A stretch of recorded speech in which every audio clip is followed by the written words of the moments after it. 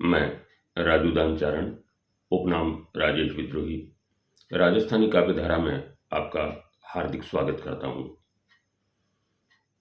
आइए जानते हैं राजस्थानी लोक साहित्य के विलक्षण रचनाकर्म पड़ुत्तरी दोहों के बारे में। आज की हमारी इस कड़ी में दो दोहे प्रस्तुत हैं। एक में प्रश्न और दूसरे में उसका उत्तर। आइए सुनते हैं। एक सहेली अपनी दूसरी सहेली से प्रश्न कर रही है। मैं तने पूछूं हे सखी, मैं तने पूछूं हे सखी, केड़ी चिंत पड़ी है। मैं तने पूछूं हे सखी, केड़ी चिंत पड़ी है। का बालम परदेश में, का संपत नहीं जुड़ी है। मैं तने पूछूं हे सखी, केड़ी चिंत पड़ी है। का बालम परदेश में, का संपत नहीं जुड़ी है।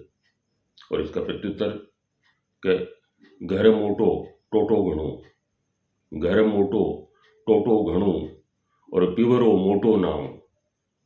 घर मोटो टोटो घणो, पीवरो मोटो नाव। इन कारण मैं दुबली गेले ऊपर गाँव। इन कारण मैं दुबली गेले ऊपर गाँव।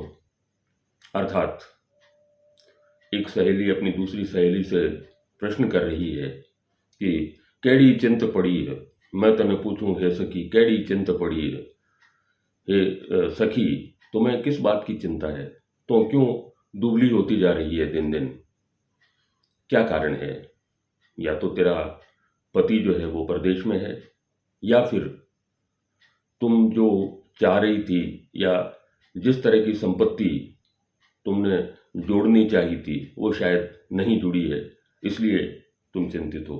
क्या कारण है? इन दोनों में से वजह क्या है? और जब उसकी सहेली प्रत्युत्तर देती है तो हमें लगता है कि ये दोनों ही कारण नहीं है। न तो पति परदेश में है और न ही उसके द्वारा चाही गई अभिष्ट संपत्ति नहीं जुड़ी हो, ऐसा भी कुछ नहीं है। बल्कि वो कहती है घर मोटो टोटो घणो। मेरा घर जो है, यहाँ मोटो से मतलब या बड़े से मतलब जो है केवल घर के आकार से नहीं है, बल्कि घर की प्रतिष्ठा से है। मेरा घर जो है वो बहुत प्रतिष्ठित है। घर मोटो और टोटो घणो। और घर की आर्थिक स्थिति जो है, टोटा कहते हैं आर्थिक कमजोरी को, आर्थिक नुकसान की स्थिति को। तो घर मोटो और टोटो घणो यानी मेरा घर जो है वो तो बहुत प्रतिष्ठित है, लेकिन मेरी आर्थिक स्थिति, परिवार की आर्थिक स्थिति बहुत कमज़ोर है। और पीवरो मोटो नाम, और मेरे पति का जो है वो बड़ा नाम है।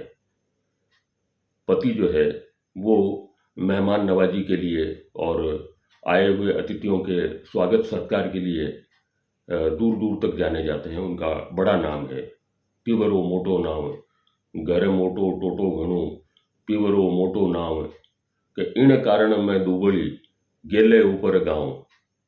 और हमारा जो गांव है वो भी गेले पर है, रास्ते पर है। रास्ते पर का मतलब वो ऑफ रूट नहीं है, बल्कि वो ऑन रूट है। ऑन रूट मतलब जो मुख्य मार्ग जहाँ से गुजरता है। हमारे गांव की जो लोकेशन है वो इस तरह की है कि वो मुख्य रास्ते पर है, गेले ऊपर गांव। इसलिए आने जाने वाले जो लोग हैं, जो परिचित अपरिचित लोग हैं, वो मेरे पति के नाम को सुनकर, मेरे पति की प्रतिष्ठा को सुनकर यहाँ अक्सर आते रहते हैं।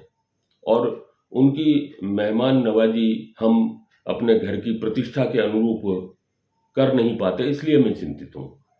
बहुत अलग तरह की चिंताएं राजस्थान की सदगृहिणियों की, और ये हमारे लोक साहित्य के पड़ुत्तरी दोहों का करिश्मा।